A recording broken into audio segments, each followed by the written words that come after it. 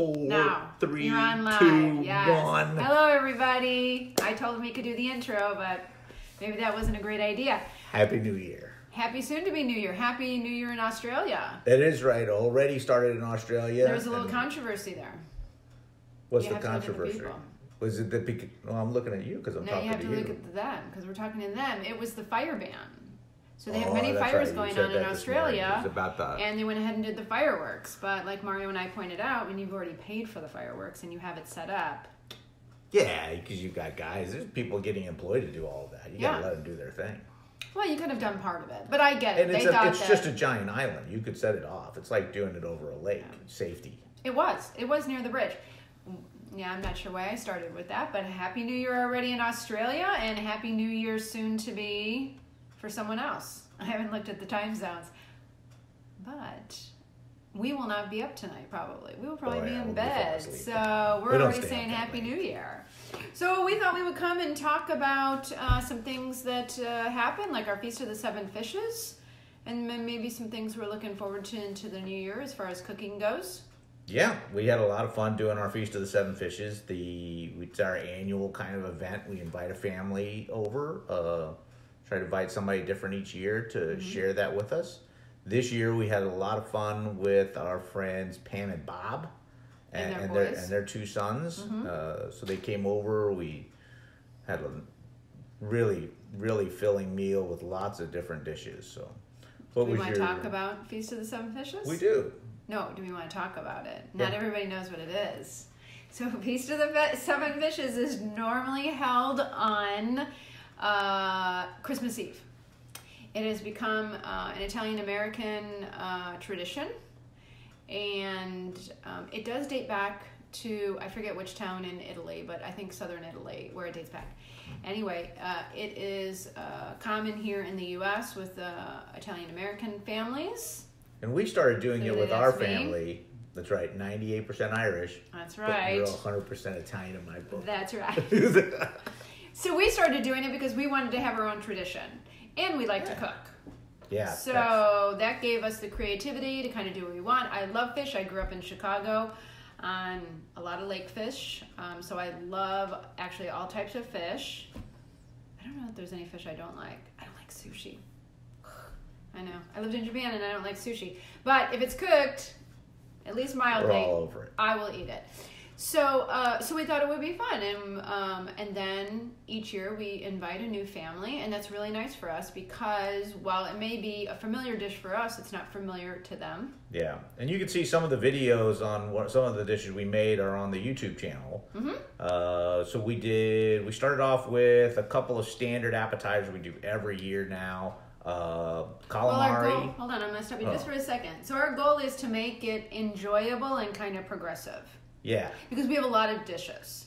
So when you say like Feast of the Seven Fishes, we have like 8+ fishes that we kind of, get in there. But we don't want to kill people with food. And we don't like the idea of Thanksgiving where you just dump it all on the table. We like to put a dish down, enjoy it. And so that helps us in the planning process because we usually start off with the fried fish first. Yes. Right? Anything fried we usually start off with first. Because it usually takes Mario outside. It takes a little bit longer. We want the oil heated up to the right temperature and then be able to turn everything off. So you have to think about your menu if you're going to do something like this. Yeah, a lot of it gets into the planning, right? So Yeah. the stage is in and then it's all timed out right. And that's the other part that we like and we kind of enjoy is getting the orchestration, if you will, of putting everything together so that it comes out at the right time. And so that we're not just stuck in the kitchen, right? We actually get to spend time with the people that we've invited, right? So that because it's not just about just cooking a meal, it's about sharing it with another family, with another couple to really share that part of what we're doing. So. And if we're stressed, they're not going to have a good time. And if we're in the kitchen and not at the table, but the more planning you do, the more preparation. So you have to think about that so that your dishes will come out, as easy as possible. So that should be in part of your planning process, and that's usually what we do. Yeah. So we try to focus. So this year, so now you can tell them. Now we can do it. So now you can tell them. we start off with the deep fryer, doing appetizers. Yeah. We start off with a calamari and Yum. a fish cake. And Okay, so let's talk about the calamari. my calamari doesn't have a very heavy batter. It's a very light batter. I use Wonder flour and some cornmeal, and really just the wetness from the squid. So after I've cleaned it, make sure there's no cartilage inside the tubes. Make sure And there's this no year we got beaks. the tentacles. Yeah. Which is unusual. Yeah, the local grocery store we generally go to. Central Market. Central Market. It's an Plug. HEB company. It is. Don't say it. He's got a joke. He's Howard- not allowed to say it. Howard E. Butts is the guy who Yes. started the HEB. But there for a while when we first started, I guess we've been doing this meal for 8 years now. Something like that. 8 or 9 years. Yeah. And so early on when we first started, you used to get tentacles. Sometimes you'd even get whole squid with the beak still in it. And Right. So it was a lot more cleaning. And inside the squid tube, there's a piece of cartilage. You had to make sure you really clean everything out. Now it's almost always clean. There for a while, a couple of years, they weren't even carrying tentacles. Right. Because They told us only the tubes. only the tube. So Which is this fine. year we got a few tentacles, got plenty of tubes, and because it was 8 people going to be eating and all fully grown, there were no little kids. We knew it was going to go pretty quick. So Well, got and 2 we really pounds. like the calamari, and so I told him to get extra, because I Yeah. didn't want to not be without calamari to eat. I don't like to fight for my food. So I like there to be plenty, and, we divided it up on the table so that everybody got an opportunity to try some. yeah, and I've tried different batters, with whether tempura or a little more wet batter, so you get a lot more batter right around the rings once everything's clean and cut. And when you go to any other restaurants, 9 times out of 10, they're much a lot more crispy. Yeah. Because they have a lot more batter on it. I don't like that. I really like the squid itself. So with the Wonder flour and the cornmeal, you get a little crisp, you get a little batter, but it's all squid. So it really comes out. You really get to enjoy that, and it's 45 seconds and 375 oil, and they come out golden, Because crispy. the thing with calamari is just like Yeah. octopus, right? Yeah, any of those encephalopods, you got to cook it really quickly, or you got to cook the crap out of it because otherwise it turns out like rubber. So, Right. So the fact that he just drops it into the deep fryer and really cooks it long enough for it to kind of brown up, it's Yeah. just perfect. And they it's cook very tender. because it's a very light batter. It's just it's very thin. It cooks up so quickly. Where did you get comes the out idea for tender. the Wonder flour? Who gave you that one? Was that You your did. Mario? You did that. Did I? You saw it on Mario Batali. I think he brought it Amazing, out in some show you watched. But Yeah, that works really well. Sometimes we have to remember where we buy it. You can't buy it everywhere, but it comes in a can, not a can. Can or a box, but it's Like an super oatmeal fine. type Yeah, it's a super thing fine too. flour, so it's Yeah. But it works out great. It gives a really nice coating and crisp up just right. So And then we did serve it with marinara, but I had also bought an ungodly amount of remoulade from Central Market. Clearly did not understand how I was ordering it, but it's super yummy. yeah, So we had the that to offer, remoulade, which but is the really remoulade good. we've always been using and it was really kind of an accident, I guess, almost Accident. 9 years ago. We make a fish cake, and you've heard of crab cakes, and it's lots of crab, and you find recipes all over. Well, this one day, it was really one night, Claire, because she was working nights and tired, and I think this was going to be her night off, so many, many years ago. And so she's resting, the boys are tired, it's my turn to cook, and I like to clean things out of the fridge, and so what do we have left over? I've had a bunch of fish sticks, and there was some tilapia in the fridge, and cans of tuna and salmon, and I just said, well, if we can make a crab cake out of a bunch of stuff, why can't you make a fish cake? And that's where our fish cakes came out of, and they are... Hey, Tammy. Hey, Tammy, they're amazing. They've come out to be everybody loves them. And we try not to tell people ahead of time what's in them, because I think people would be like, really? I mean, that's what you put in them? They're amazing. Because I find crab cakes to be, I don't know, just too much. These are a nice blend of all the different fishes. It gives really good texture. Again, he puts, what do you put on the breading?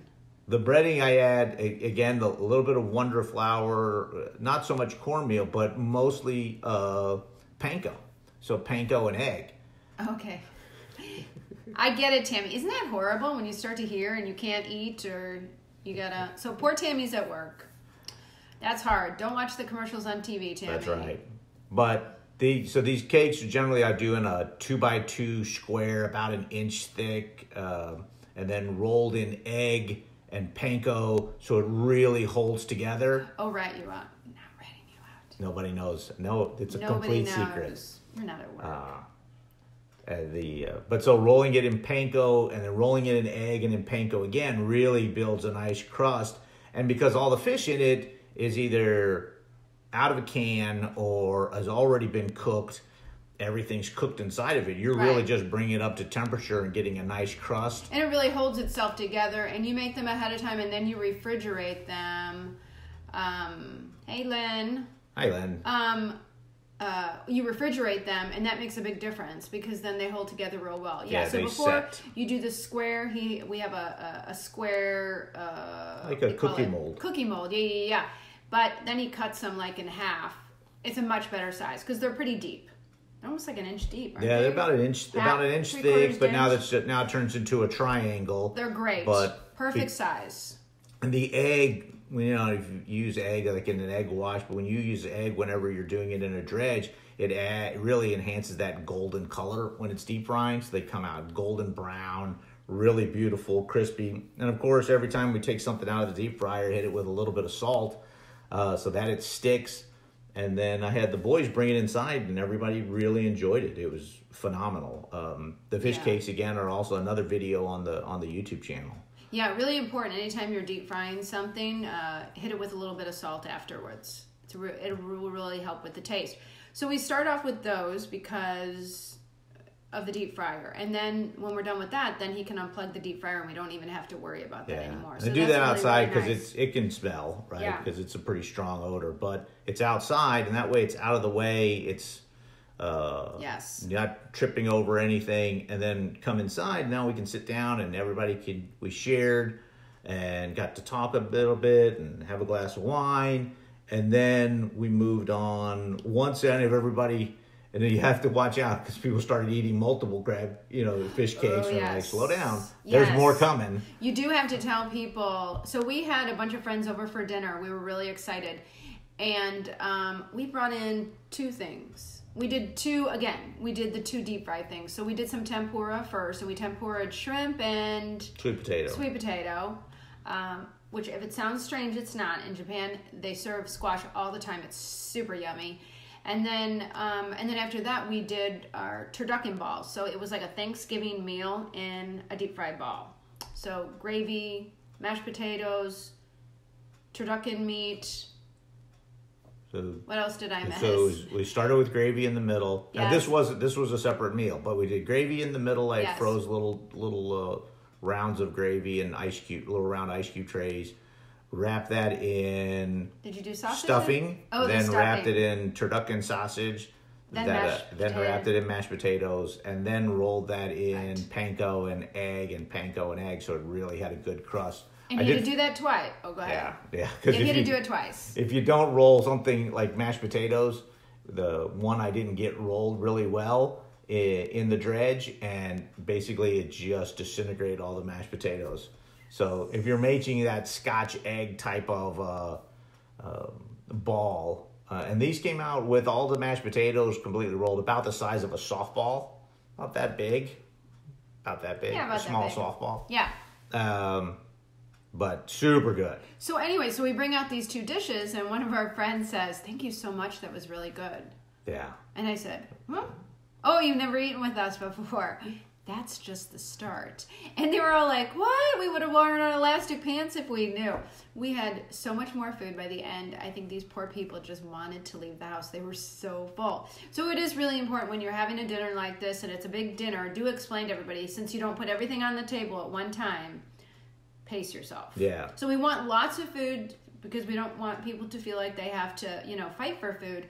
But people also need to know there's plenty of food coming out. So just try one and then, move on. Yeah. So, okay, so do we want to say what didn't work? Because I think that was next, wasn't it? So the next thing was we made a cioppino.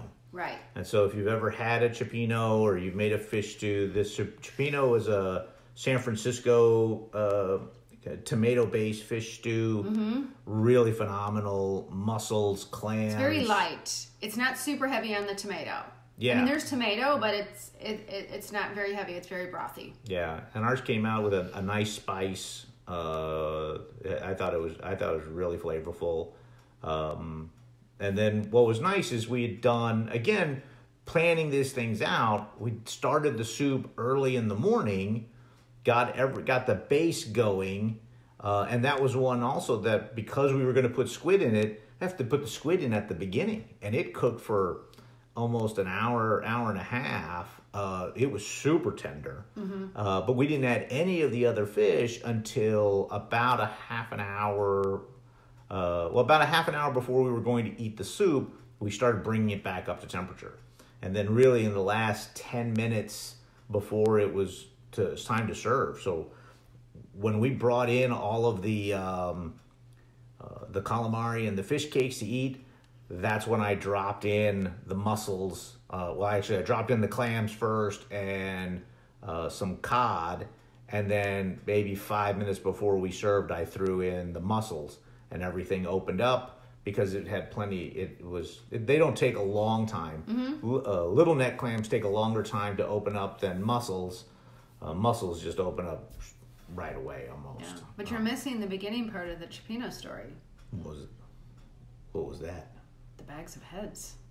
Oh, that's right. So this year, this was great. So this year, generally, you can do with like most soups, right? You have some kind of stock base. Well, to really make a great cioppino, right? Starting with a fish stock is really something you want to try and do. And you can buy fish stock, that's okay. But we thought, you know what, this year, because we had another dish in mind we were going to do, is going to need fish stock also. So, well, let's try and make fish stock. Right. So we went to our local grocery store and asked for some fish heads. And that's a different story. We could talk about that. But H-E-B hooked us up with some fish heads. Two big bags. Two so big we only bags really needed one. of red snapper fish heads. Right. Interesting enough, so when they cut those things off, they're just going to go into the trash because they're full. They're cutting off the fillets to sell the fillets, so they don't take out the gills. So we got the fish heads, we got them home, and we're going to make fish stock. We did that the night before. But there's still gills in it. So I had to take all of the gills out because of all the stuff that's connected to it. And when you buy a whole fish, you'll notice there are no gills. Not only have they taken all the insides, they've taken the gills out as well. So you have to clean that out. Okay, I'm going to get medical for just a second. It's the bloodline. And if you have the bloodline in your stock, it'll make it really nasty. Yeah. So anything that looks like it had a blood source to it, something like that, it's got to get pulled out. Well, these snapper have some serious teeth on them. I mean, they were not an easy fish for Mario. And I think you did a video on it, didn't you? I think I did a video on the fish stock. We had some pictures. I had sent pictures, of the heads like sitting in the water. But you really do have to clean them well. So that's one downfall. If you're not into that kind of thing, then just buy your fish stock. But it was fun for us. And the great thing is, and we did the first batch with one bag of fish heads. So I think there were 6 heads. And these are red snappers. So the heads were huge.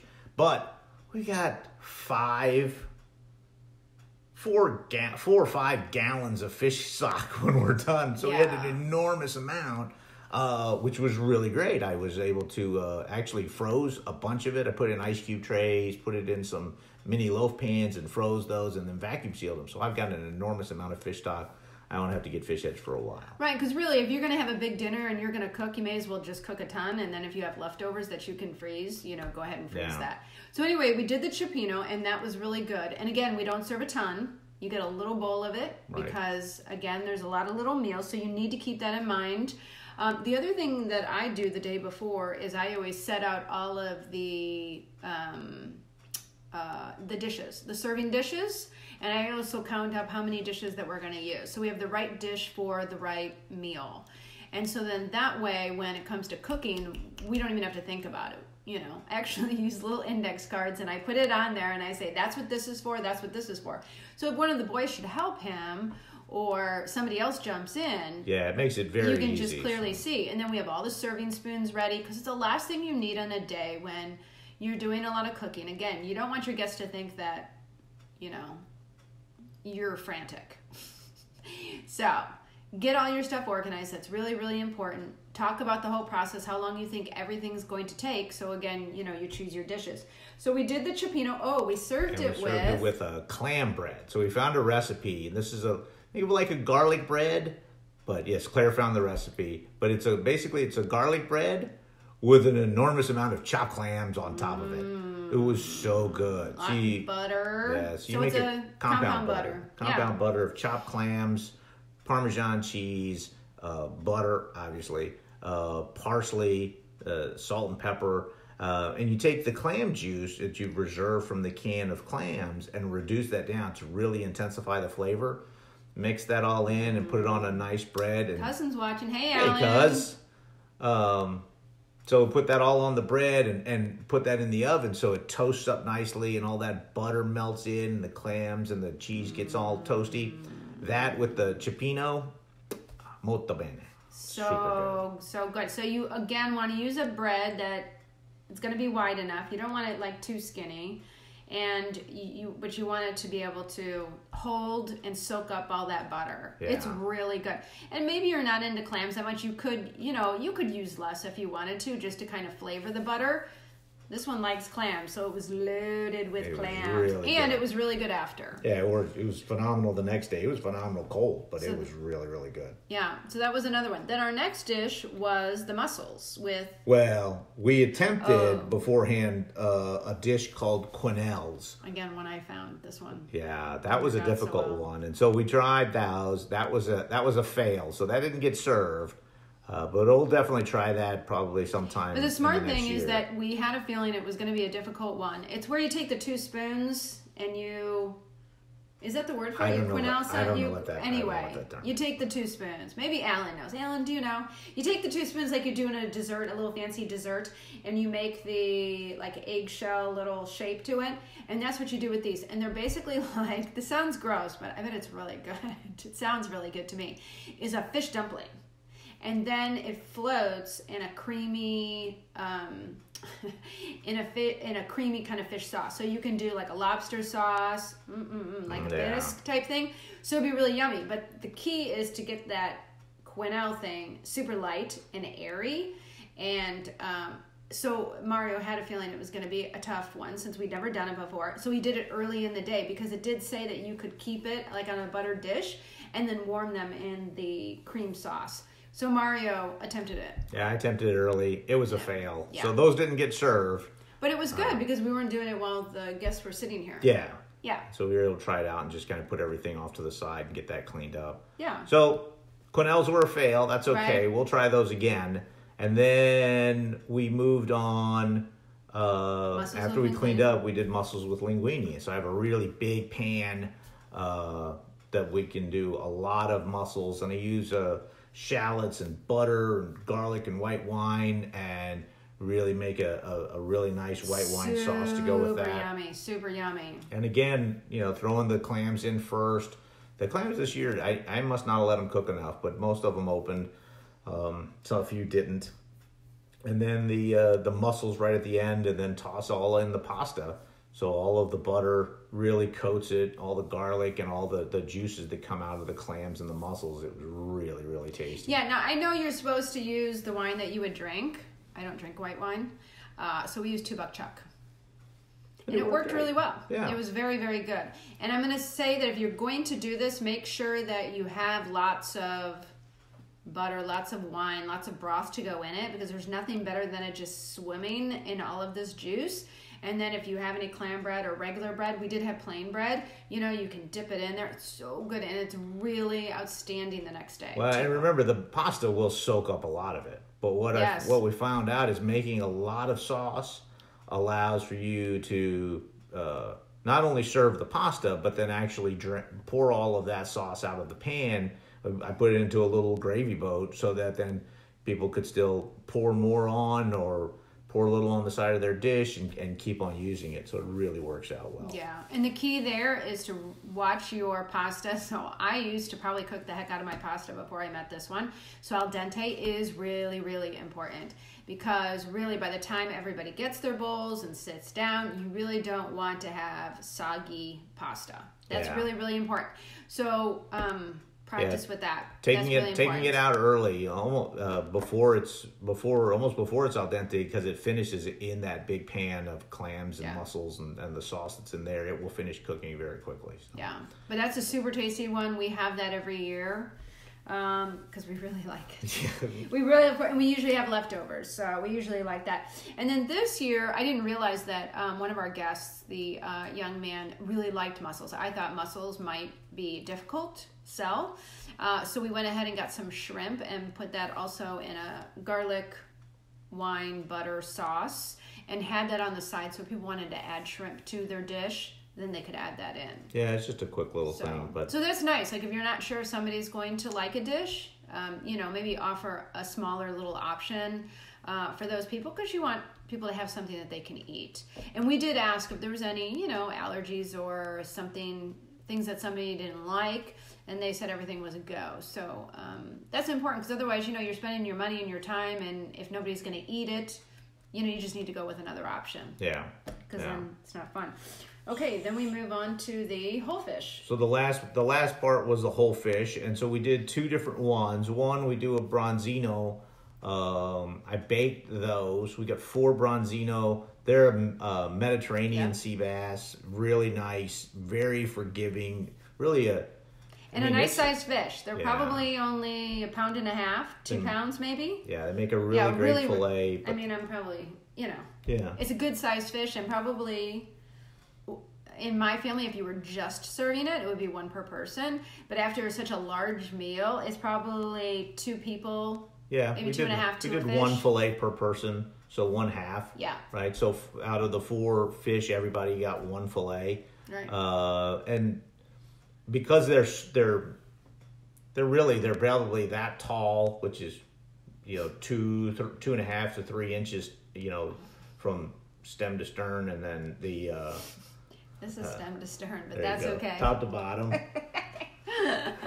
Shoulder to tail, hip to joint. I don't know what you want to call it, but not overly big, so it's a nice size fillet, especially as the kind of final course of a and pretty big easy meal. to get and a good price. Yeah, and very versatile, very very easy to do, and we really just a simple salt and pepper, lemon and parsley on the inside, and then lemons on the top, and I scored them.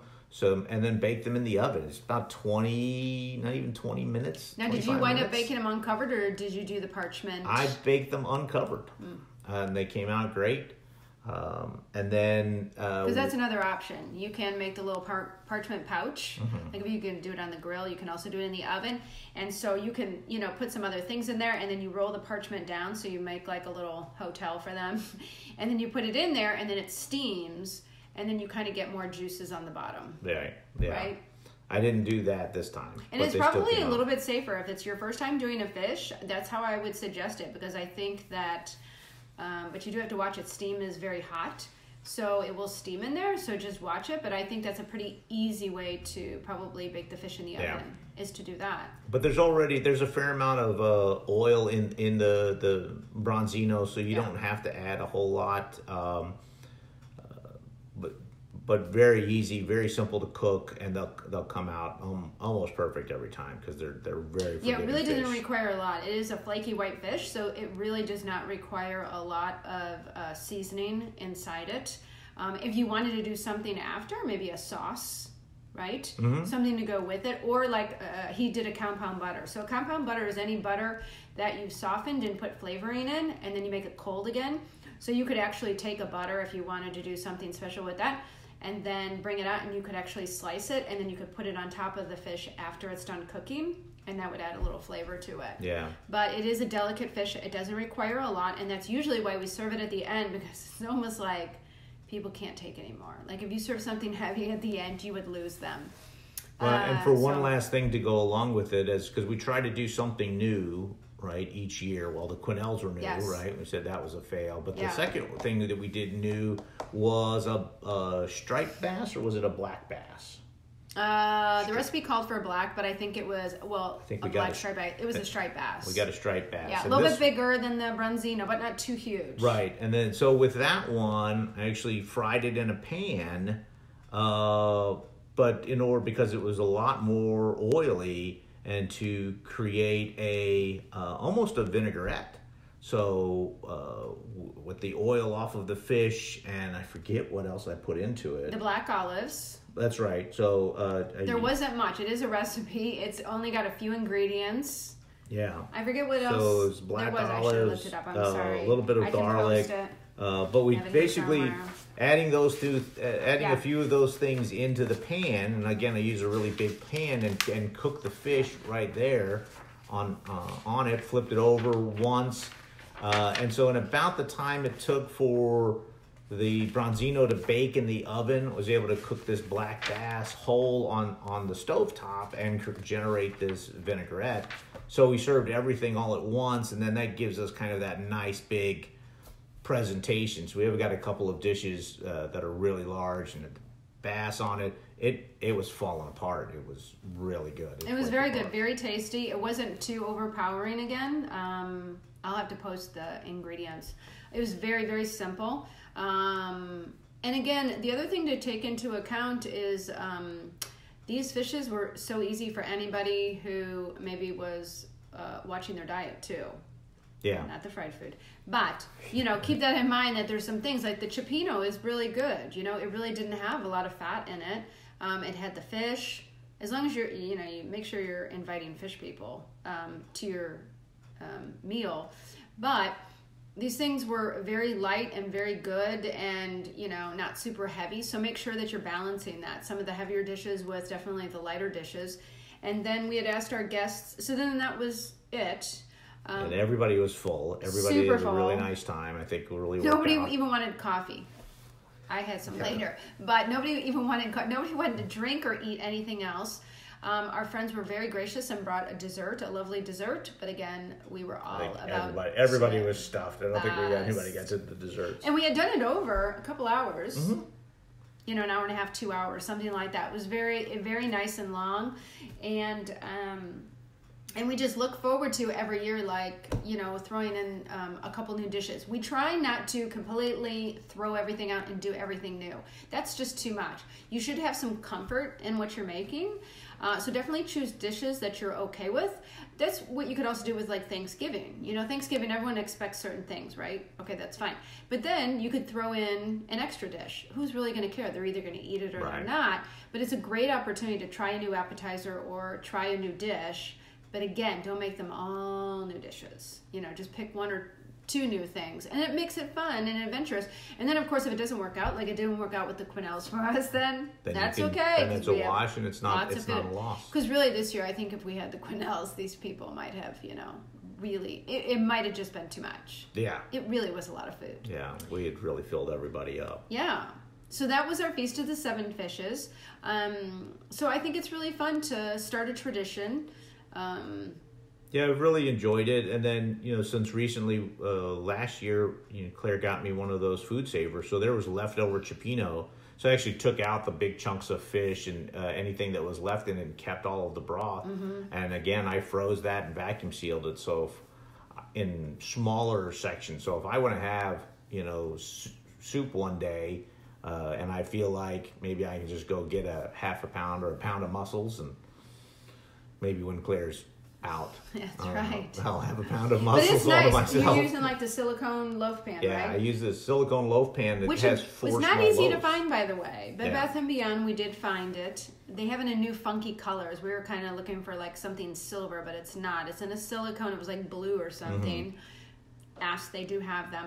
But they're small 4 loaf pans, mini loaf. It really is the perfect size for probably one, maybe two people, depending on how much you add to the soup. But it's a nice little broth size to freeze for. And we did that with the lasagna before that I froze. We do have a video on that. And that is just perfect because it's just the right size. So one day, one of the boys was really hungry. I said, well, I have lasagna in there. Okay. So we pulled it out. He was willing to wait because we had to, bake it. But it's perfect. You have a kid at home and you can't get home right away. Go in the freezer, get this, pop it in the oven. I mean, kids can do that. Yeah. So it's really nice, and really nice to be able to save because you put all the work into the fish stock and making things, and yeah, really important. Okay, so you save it, you got to remember to eat it. That's true. So make sure you are constantly going to your freezer to see what you can eat instead of going to the grocery store. Absolutely. So we have a million other things we can talk about, but Mario said let's keep it just to the Feast of the Seven Fishes because clearly we can talk a lot about that. So that's what we're going to do. But I thought maybe we could talk about this new year that we're going into and maybe if there's any food things. Well, so this year, obviously, I'm sure a lot of you probably get to go to Christmas parties. I was invited to a business Christmas party from some business folks that I know, and they took us to a restaurant in Dallas, a guy named John Tessar and his restaurant, and this is his cookbook. It was amazing. I didn't get to go. She didn't get to go, but she got to go to Chicago. Mm-hmm. So while I'm in Chicago, he's getting invited to all these parties. But there's a lot of really neat things in here that he talks about and how he sources his beef and his meat. And so there was like 12 people at this dinner. It was a. But I guess the point is, and there's, when I get cookbooks or watch other people's videos or chef videos, I try to learn a different technique. I try to learn something different and then try to apply that. Not just with what they do in that particular recipe, but can I apply that to something else? Mm-hmm. So we're going to try something different, try different techniques and try different options. I've been talking about it for a while, but I want to get a goat. I want to try and put that on the smoker. When am I going to Chicago again? I've grown up with cabrito, in the little towns that I grew up in, and it's one of my favorites. So I'd really like to do that. But also lamb. I've never really cooked lamb on my own, so we're gonna try those. We're gonna try, improving butchering skills, all of those kinds of things. So. Yeah. My son was so sweet. He got me a cookbook for Christmas. Isn't that sweet? That's right. And the great thing about cookbooks that I love is I may not follow it exactly, but it does spark ideas of different flavor combinations. Some different ingredients to use. So I really, really like that. So in this new year, my goal really is to stick to a better plan. To come up with a plan for the week and really try and make dishes and stick with it because I have boys that are 17 and 20. Yeah. And that just happened recently. It's the end of the world. And they're hungry. I mean, they're really hungry all the time. And so it's hard because you make food and then they're either going to eat it or they're not. And so that's the tricky part. You don't want to invest too much, but you do need to have stuff there for them because then otherwise, like the other night, my son orders Domino's. So at least he paid for it himself. He did. Not that there's anything wrong with that, but just not all the time. They really need to know because then they're going to go off and they need to know that it's important to eat from home and to have the vegetables and have the fruit and have really, really good food available to them. And also, they're busy. They need to be able to function. And if they're not functioning on good food, they're not doing well. And they don't correlate that. They're too young to really correlate the fact that their diet is crappy and they're feeling crappy. So it really is up to us. And if it is there, most of the time, the boys will eat it. And it's funny, if I say to them, hey, do you want me to make this for you? I don't know. But if I say, hey, I made this, then they're going to eat it. Yeah. And so you just don't ask them. You really just make it. And then you're going to find through this process the things that they love to eat. And I'm telling you, my boys will, I have a dish that will bring them from all corners of the house when I make it. And it's so nice. And they just love it. Like they can smell it. Like, oh my gosh, mom's cooking. And they come down here and they just inhale it. And that's really nice because, you know, having boys, you got to get them to come to you, back to you somehow. And food really is the way to do it. So, and it just makes them feel really loved and taken care of. So this is the year really for all of us to stick to making really good food in our home. It's so much better for you. Mario and I in fact went out and we went to a happy hour, and once you start cooking at home, it gets harder and harder to eat out. Yeah. It's really bad. Like these people messed up hummus. Yeah, and I don't know how you can mess up hummus, but I mean you can, but like it was so salty. It was really bad. They made it an edamame one that looked like mint ice cream. Yeah. Didn't even want to try that one. No. Was not pleasant looking. The fire one was not fire. Their pimento cheese wasn't too bad. It wasn't too bad. But literally, they served it like tiny. Like the tiniest little ramekin you can think of. Like this. Between serving. The two of us. Like we couldn't even hold it at the same time. Yeah, it was quite silly. But we had a nice beer and then we came home. So the key here is save your money. Cook at home. Not only will you learn a lot, you know, but you'll be able to take care of your family, and what you do at home will pass on to your children. Yeah, experiment with technique, experiment with foods. And don't make it complicated at the beginning, really. And stick to what you like. So if you get a recipe and there's a bunch of 10, 15 ingredients, pare it down. Just go with, you know, what tastes good to you. Absolutely. Yeah. So there we go. Feast of the Seven Fishes. You posted the videos already? There are 5 videos on the YouTube channel, all in a playlist. So take a look at that. Enjoy. Please comment. Subscribe over there. Subscribe here. Yeah. Sadly, we forgot to take a lot of pictures. We always forget. We just start eating at the Feast of the Seven Fishes, and we really need a photographer for that. But it's very enjoyable. We'll have to outsource that part. And people who come, they just really enjoy it, I think. So it's a lot of fun. It's a great tradition. And Happy New Year. Happy New Year. Happy New Year, Australia already, and everybody else. And as it's coming to across to all those who will stay up tonight. Not us. Happy New Year. See you tomorrow. Happy 2020. Bye everybody.